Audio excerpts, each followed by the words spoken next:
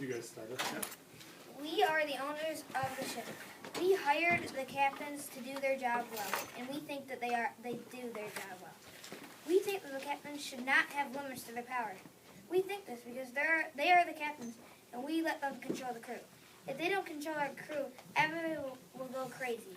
If they don't enforce the rules and laws, it will become chaotic. They are the leaders of our ship. We paid money for captains that would control our crew, make laws. We think these limits are enough, and the captains should have enough power so they can control the crew properly. These limits on power are important because they punish so they know that mutiny is not an option.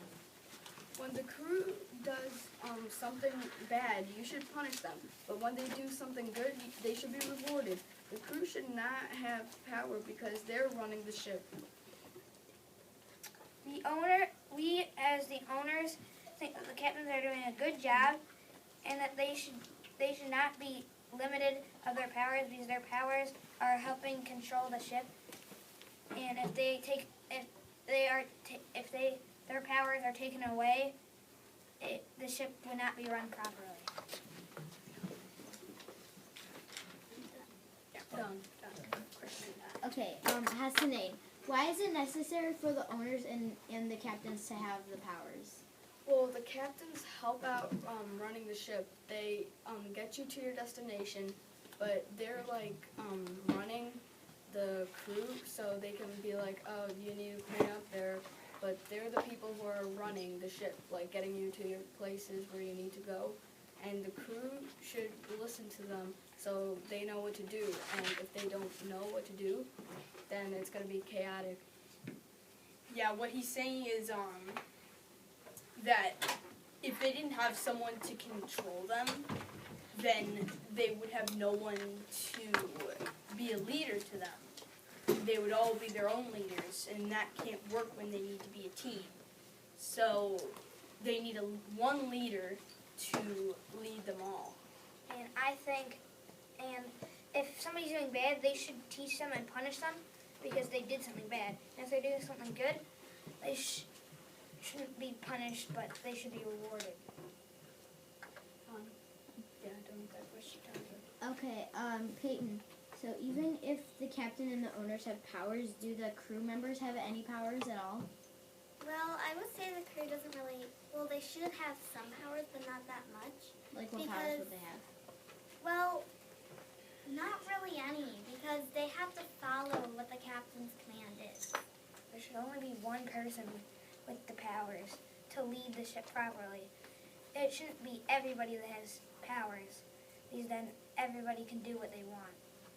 So do they have any rights? They do have rights, but they don't really have What are powers. some rights that you can think that they have? They can't say no to the captain, but that would lead to punishment. So that is a right, but it would lead to big punishment. Like, so do they, like, you know how they have the rights that you can't take away? Everybody has those, but do they have any others like that? They need the rights to be able to be part of it. Pretty much. So They have the power to live. They have the power of life, because the right of life, because they're punishing them and hurting them, but they're not killing them. But I think doesn't life imply not being afraid of being hurt? they are. That's only if they're being bad. They deserve it if they're bad because they might be hurting the ship's running ability. They might be downing the crew, the other crew members. They might be other possibilities such as The ship needs to. So they need to have someone to be able to punish them for what they've done so they can learn from their mistakes. I have something to add. They are basically running the ship. They're cleaning up. They're helping out running the ship. So that's basically a huge right. Would you make reasonable rules? Well, the rules that such need to be added are something like to do your job without being lazy, as such as the other things. I can Captains. add on that. It's more than just being lazy.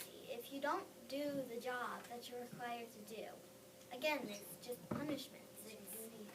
It's your duty. If you don't do it, there could be a signal to death. And That you should be punished. if, let's say, the cook doesn't do their job, who's going to be the cook? Who's going to feed the crew members? If the person that raises the sails and lowers the sails, how are they going to stop? How are they going to keep going? They need the people to do their jobs. If they don't, first time they'll get whipped, and second time they'll get whipped. But if that keeps happening, the captains may think that. They need to do something about it. If they don't, They need They to need to replace be- them. if they don't do your job, you need to learn from it and do it. Next time you need to do it right. And if you do get taught, and if you do it right, you should be punished. So so Chris, what if, like, if someone doesn't do their job, would you automatically go to killing them? Because then you would technically ruin the entire thing. No. Unless they did something so terrible. Well, That- it says in the book that there were 2 laws that they already had. One was that they could not kill, and I don't Yeah. remember the other one. So that's already a law. Yes. Can you read the 2 laws off for me, Hannah? You're on the right page. Risk the success of a voyage and punish by death sailors who have broken the rules. Those are 2 things that captains cannot do. They can't run the risk of risking the mission or killing any of the captain. So the owners represent the captain. They're to support the captain. So they're saying the owner wouldn't do any of this anyways. The owners would say that the captain could or could not do these things. And it does say that they can punish the soldiers. They can punish, but not up to death. Yeah, not to death. All right, so that ends the owner's turn. And good job. And if we could get the author and his group. Or his, yeah.